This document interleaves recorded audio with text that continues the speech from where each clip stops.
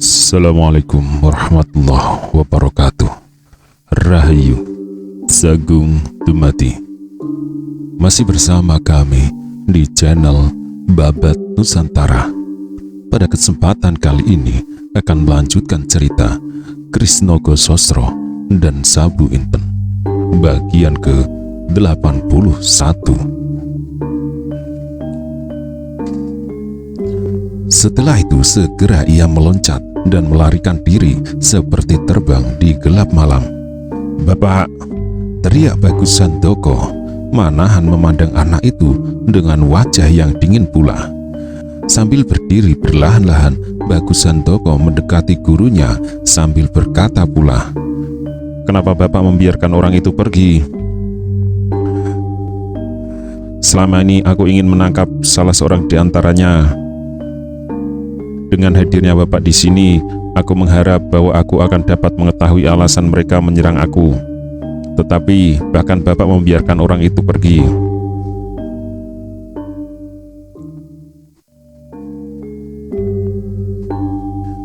"Bagus Handoko," kata Manahan, tidak menjawab pertanyaan anak itu. "Bagaimana keadaan tubuhmu?" "Sakit Bapak," jawabnya agak jengkel. "Tetapi bagaimana dengan orang tadi? Kau sudah dapat bergerak kembali?" sambung Manahan tanpa menghiraukan kata-kata Bagus Handoko. "Sudah Bapak," jawab Handoko masih belum mengerti. "Bagus, bersiaplah. Aku adalah orang ketujuh yang akan menangkapmu," kata Manahan tiba-tiba. "Bapak, apakah artinya ini?" tanya Handoko semakin bingung. "Aku adalah orang ketujuh yang akan menangkap kau dan akan menyerahkan kau kepada orang yang menyuruh mereka datang berturut-turut selama 6 malam. Aku sekarang sudah tahu siapakah orang yang berdiri di belakang mereka. Dan aku juga ingin menerima hadiah itu supaya aku dapat kaya raya seperti Demang Gunung Kidul. Jelas?" Handoko mendengar kata-kata gurunya seperti orang bermimpi.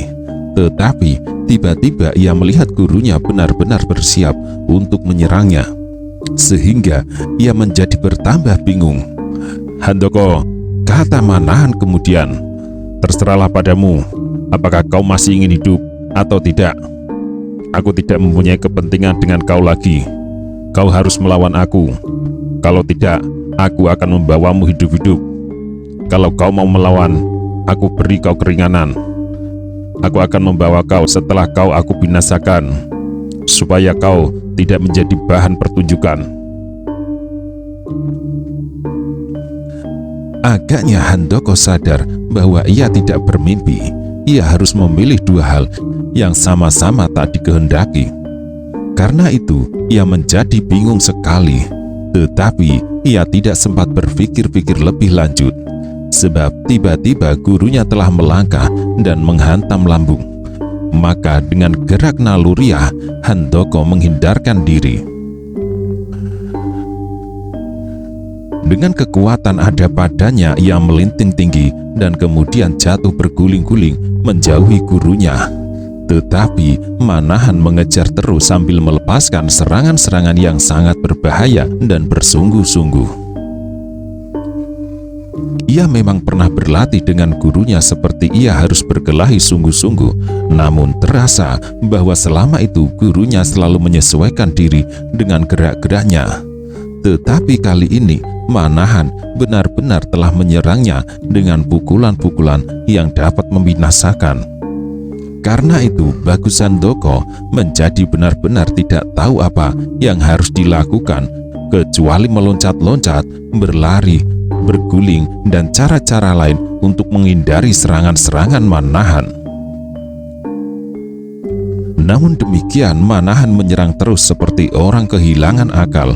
Tetapi kemudian muncullah suatu pikiran yang agak jernih dalam otak Bagus Handoko.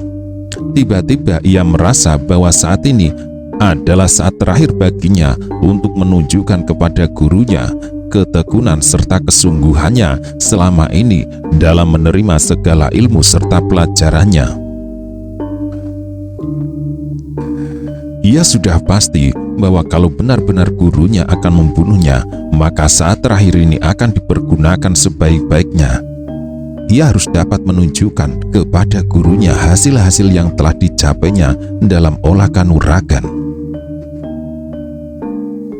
Meskipun Handoko menjadi tidak mengerti kepada sifat-sifat gurunya karena ketakutan-ketakutannya yang kadang-kadang aneh. Misalnya beberapa tahun yang lalu, tiba-tiba saja ia ditinggal berlari jauh sekali sampai ia merasa bahwa tidak akan mungkin dapat menemukannya.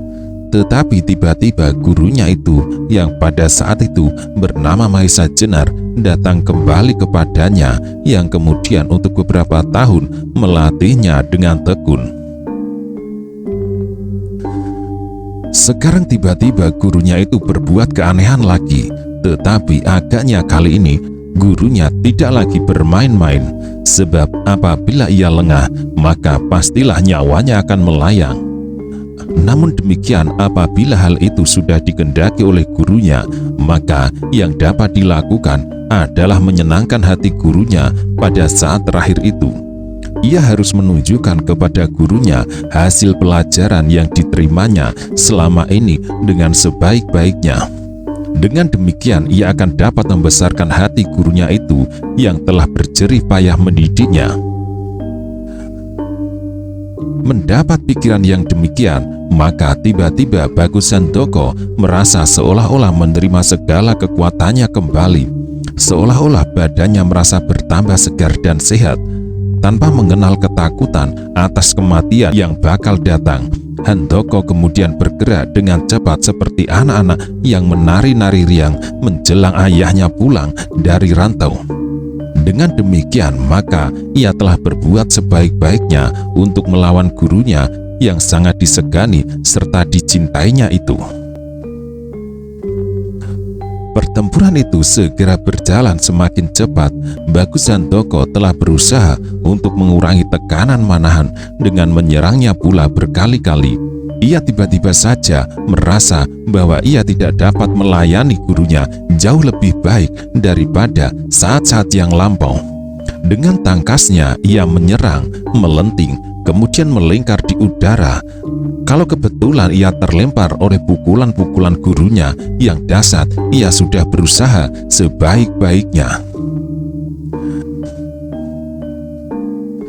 Dalam keadaan yang demikian, setitik pun tak ada maksud Handoko untuk mencoba menyelamatkan diri.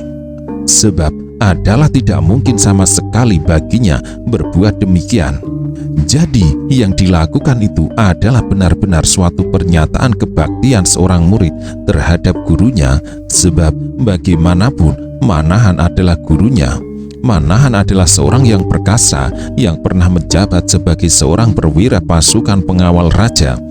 Karena itu kemampuannya pun luar biasa. Apalagi sebenarnya tenaga Bagus Handoko telah berada jauh di bawah kekuatannya. Karena sebelumnya ia sudah harus bertempur mati-matian melawan seorang yang berwajah seperti hantu.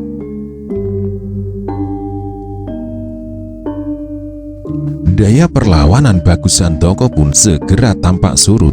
Dengan demikian, maka serangan-serangan Manahan pun semakin banyak mengenai tubuhnya. Meskipun demikian, Bagus Handoko sama sekali tidak mengeluh. Dengan tenangnya yang semakin lama semakin lemah itu, ia tetap melawan sedapat-dapatnya. Tetapi apa yang dapat dilakukannya adalah tidak seberapa lama. Sebuah serangan Manahan yang dahsyat datang mengarah ke lambungnya. Dengan tenaga yang masih ada padanya, Bagus Handoko mencoba menghindari serangan itu dengan memiringkan tubuhnya. Tetapi ia tidak berhasil. Dengan kerasnya ia terlempar beberapa langkah dan kemudian jatuh terbanting. Yang dapat dilakukannya hanyalah mencoba menyelamatkan tubuhnya dengan berusaha menjatuhkan diri sebaik-baiknya. Dan apa yang diusahakan itu sebagian dapat berhasil. Namun setelah itu, kembali seluruh tulangnya terasa telah terlepas, tubuhnya menjadi lemas, dan darahnya seolah-olah tidak mengalir lagi. Bagaimanapun ia berusaha, namun ia sudah tidak mampu lagi menggerakkan bagian-bagian dari tubuhnya.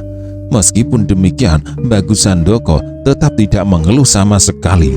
Dengan dada menengadah, ia menanti apapun yang bakal terjadi. Sekilas dilihatnya, langit yang biru gelap ditaburi bintang-bintang seperti jutaan lampu yang tergantung jauh sekali di udara. Dengan sinarnya yang berkedip-kedip mengelilingi bintang raksasa Bima Sakti yang melintang ke utara.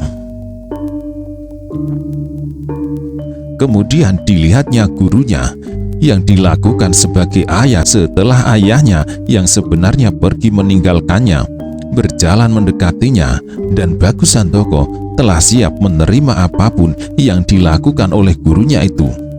Meskipun untuk sesaat terlintas pula wajah-wajah ayahnya Gajah Sora, ibunya, serta wajah-wajah yang pernah dikenalnya, wajah-wajah bengis yang pernah akan membunuhnya pada saat ia ditolong oleh seorang yang menamakan dirinya Sora Yuda, serta wajah keenam orang yang datang berturut-turut menyerangnya.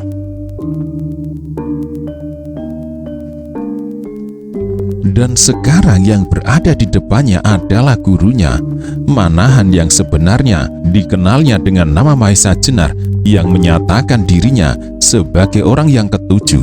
Dengan sekuat tenaga perasaannya, Bagus Sandoko mencoba melenyapkan semua bayangan yang berturut-turut datang mengganggu otaknya. Dipusatkannya pikirannya untuk menghadapi apapun yang bakal terjadi. Dengan tabahnya, dan tiba-tiba dirasanya tangan gurunya itu telah meraba-raba tubuhnya, memijat-mijat tangannya, dan kemudian dengan suara yang rendah berkata, "Tidakkah kau dapat bergerak lagi, Handoko?" Dengan mata yang cerah, Bagus Sandoko memandangi wajah gurunya. "Aku sudah berusaha sebaik-baiknya, Bapak." Kemudian tampaklah Manahan merenungi anak itu. Alisnya yang lebat bergerak-gerak karena kerut-kerut di keningnya. Seolah-olah ia sedang menghitung setiap titik di permukaan tubuh muridnya. Sesaat kemudian terdengarlah Manahan menarik nafas dalam-dalam serta mengangguk-anggukkan kepalanya. Lalu terdengarlah ia berkata kembali, "Adakah dengan cara demikian kau melawan orang-orang yang menyerangmu 6 malam berturut-turut?" Bagus Sandoko tidak segera mengerti maksud pertanyaan gurunya, karena untuk beberapa saat ia tidak menjawab. Terdengar kembali Manahan berkata, "Ingat-ingatlah apa yang telah kau lakukan selama 6 malam berturut-turut." Bagus Sandoko semakin tidak mengerti, tetapi ia menjawab juga, "Bapak, selama itu aku pun telah berusaha sebaik-baiknya melawan mereka. Bahkan aku sudah mencoba untuk menangkap salah seorang di antaranya, tetapi aku tidak berhasil." Sekali lagi Manahan mengangguk-anggukkan kepalanya, sedangkan Bagus Sandoko menjadi bertambah bingung. Apalagi ketika kemudian dilihat gurunya tersenyum sambil membangunkannya. "Duduklah, Handoko, dan cobalah menggerak-gerakkan tubuhmu perlahan-lahan." Dengan otak yang dipenuhi oleh berbagai pertanyaan, Bagus Sandoko mencoba sedapat-dapatnya untuk bangun dan kemudian bertahan, duduk di atas pasir pantai. Adakah gurunya menunggu sampai ia mampu untuk melawannya kembali? Ternyata Manahan tidak berbuat demikian. Juga ternyata gurunya itu tidak membunuhnya. Malahan kemudian gurunya itu duduk pula di sampingnya dengan wajah yang jernih berkata, "Sudahkah kau ingat ke-6 orang yang menyerangmu?" Sambil mengangguk, Bagus Sandoko menjawab sekenanya saja, "Sudah, Bapak." "Baik," sahut Manahan. "Kau pernah berkata kepadaku tentang wajah-wajah dari ke-5 orang itu. Sedang orang yang ke-6 telah aku saksikan sendiri. Tetapi kau belum pernah menceritakan kepadaku bagaimanakah bentuk tubuh kelima orang yang menyerangmu itu. Untuk sesaat Bagus Handoko jadi termenung. Memang selama itu ia belum pernah menyebut-nyebut bentuk tubuh lawan-lawannya. Dan sekarang tiba-tiba gurunya menanyakan hal itu. Maka dicobanya sekali lagi untuk membayangkan kembali kelima orang itu berturut-turut. Bagaimanakah dengan orang yang pertama? Tanya Manahan. Dengan masih mencoba mengingat-ingat orang itu, Bagus Handoko menjawab. Orang itu bertubuh tegap tinggi dan berdada bidang. Orang kedua, desak Manahan. Dengan mengingat-ingat mengerti sepenuhnya maksud pertanyaan gurunya. Karena itu setelah merenung beberapa lama, ia hampir berteriak. Semuanya bertubuh tegap tinggi dan berdada bidang. Lalu bagaimanakah pendapatmu mengenai mereka itu? Tanya Manahan pula. Bagus Handoko diam menimbang-nimbang. Tetapi kemudian ia berkata, itu adalah aneh Bapak. Tubuh mereka berenam hampir bersamaan. Hanya wajah mereka lah yang agaknya berbeda-beda. Kau yakin bahwa wajah mereka berbeda-beda? Desak Manahan. Mendengar pertanyaan gurunya, tiba-tiba Handoko menjadi ragu. Memang sepintas lalu, apalagi di dalam gelapnya malam, wajah-wajah mereka tampak berbeda-beda. Sayang, aku tak dapat menangkapnya, gumam Bagus Handoko. Terdengarlah Manahan tertawa pendek, lalu katanya, inginkah kau menangkapnya? Ya, jawab Handoko. Aku ingin tahu kenapa mereka menyerang aku. Dan kenapa aku menjadi orang ketujuh? Tanya Manahan pula. Bagus Handoko menatap Manahan dengan pandangan yang aneh. Apa yang terjadi 5 malam berturut-turut telah cukup memusingkan kepalanya. Apalagi malam yang ke-6 itu, segalanya menjadi semakin kabur dan penuh teka-teki. Melihat Bagus Handoko kebingungan, berkatalah Manahan, Handoko, meskipun aku tidak menyaksikan, namun aku berani meyakinkan bahwa ke-6 orang yang menyerangmu berturut-turut itu pasti mempunyai persamaan bentuk tubuh. Dan ketahuilah Handoko, bahwa kau jangan mimpi untuk dapat menangkapnya. Mata Handoko masih memancarkan pertanyaan-pertanyaan yang membingungkan. Tetapi orang yang pertama, kedua, dan ketiga adalah orang-orang yang belum memiliki ilmu yang cukup tinggi, sehingga aku mempunyai kemungkinan yang besar untuk dapat menangkapnya. Mendengar kata-kata itu, Manahan tersenyum. Meskipun demikian, bukankah ternyata kau tidak mampu menangkapnya? Bagus Handoko mengangguk mengiyakan.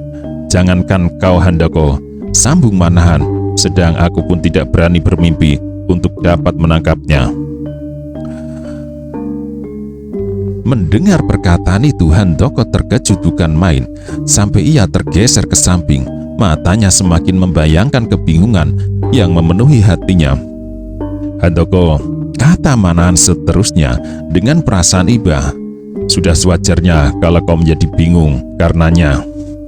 Handoko mendengar kata-kata gurunya itu dengan seksama, meskipun sikap gurunya itu tidak kalah membingungkan pula. Pertama-tama ketahuilah bahwa apa yang aku lakukan tidaklah benar-benar seperti yang aku katakan.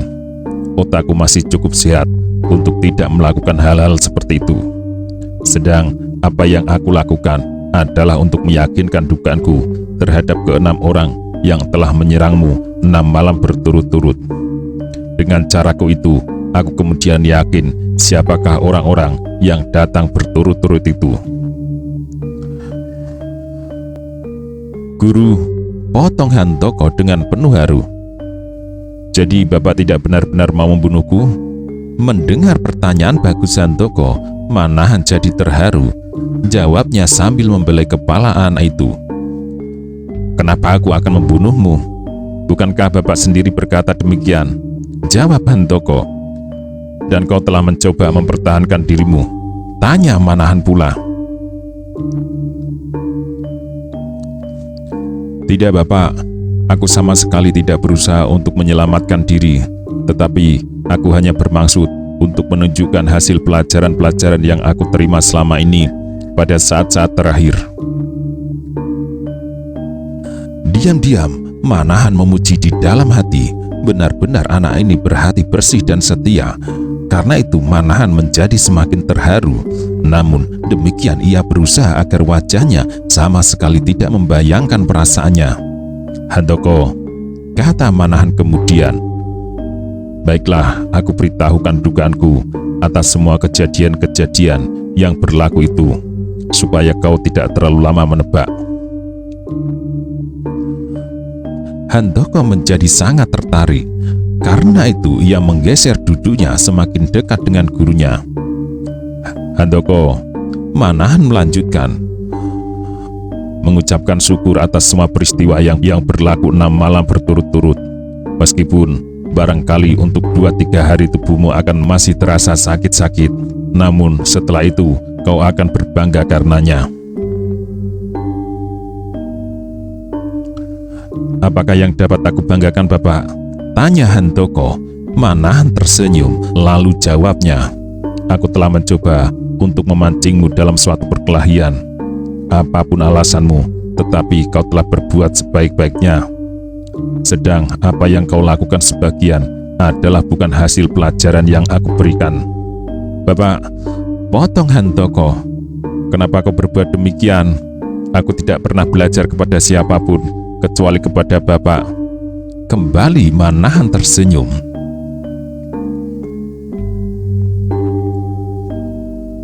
"Meskipun andai kata unsur-unsur itu tidak kau penuhi sekarang, kemudian aku pun akan memberikannya pula.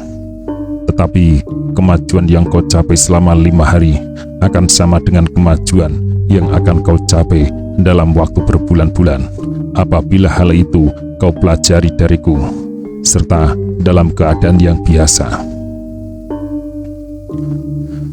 Masih saja Handoko belum mengerti maksud gurunya, sehingga kemudian Manahan berkata pula, "Handoko, menurut dugaanku, orang yang datang 6 malam berturut-turut itu adalah orang yang sama." "Orang yang sama?" tanya Handoko keheran-heranan. "Ya," jawab Manahan, "orang itu hanya mengubah mukanya sedikit dengan menggores-goreskan warna-warna hitam dan kadang-kadang memasang kumis dan berjanggut palsu." "Tetapi tingkat kepandaiannya sama sekali tidak sama, Bapak," potong Handoko. Sekali lagi Manahan tersenyum. "Itulah sebabnya kepandaianmu meningkat dengan wajar, meskipun waktunya dipercepat. Dan ketahuilah bahwa yang dapat berbuat demikian hanyalah orang-orang sakti yang berilmu mumpuni." Handoko menjadi termenung karenanya.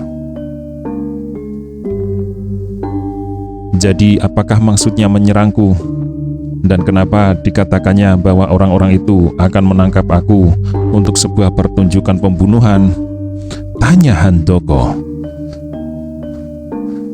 "Satu-satunya cara untuk memaksamu bekerja sekeras-kerasnya adalah menakut-nakutimu dengan cara demikian," jawab Manahan. Bagus Handoko menarik napas dalam-dalam. Mengertilah ia sekarang bahwa orang yang datang setiap malam itu sama sekali tidak akan membunuhnya seperti gurunya itu pula. Adakah Bapak mengenal orang yang datang setiap malam itu?" tanya Handoko kemudian. Manahan menggelengkan kepalanya. "Aku tidak tahu, meskipun aku telah berusaha mengenal gerak-geraknya sebaik-baiknya. Namun aku tetap tidak dapat mengatakan siapakah dia. Apalagi apa yang diberikan kepadamu selama ini ternyata adalah urut-urutan pelajaran dari ilmuku sendiri yang akan aku berikan pula kepadamu. Sekarang semuanya menjadi agak jelas bagi Handoko. Ternyata orang itu datang kepadanya dengan maksud baik, menuntunnya untuk berlatih lebih keras. Dan tahulah ia sekarang kenapa pada malam-malam pertama, kedua, dan ketiga orang itu seolah-olah hanya memiliki unsur-unsur gerak yang itu-itu saja. Sehingga dengan demikian ia berhasil menguasai unsur-unsur itu, serta kemudian pada malam-malam berikutnya tanpa disengajanya unsur-unsur itu terselip pada gerak-gerak perlawanannya, sedang lawan-lawannya dapat memberikan perlawanan sebaik-baiknya dan diulang-ulangnya pula. Karena itu dadanya jadi bergelora, apalagi ketika gurunya berkata, "Handoko, orang yang datang berturut-turut itu pastilah seseorang yang sakti, jauh lebih sakti dari gurumu ini. Itulah sebabnya aku sama sekali tidak berusaha untuk menangkapnya, sebab hal itu pasti akan sia-sia. Hal itu juga ternyata pula bahwa orang itu dapat mengetahui bahwa aku berada di sekitar ini, meskipun aku telah bersembunyi sebaik-baiknya." Handoko mengangguk-anggukkan kepalanya. Hal itu sama sekali tak pernah dibayangkan sebelumnya, bahwa seorang yang sakti, bahkan lebih sakti dari gurunya, datang kepadanya dengan cara-cara yang aneh. Jadi Bapak diketahuinya sebelum Bapak menampakkan diri? Tidak hanya itu saja, Handoko.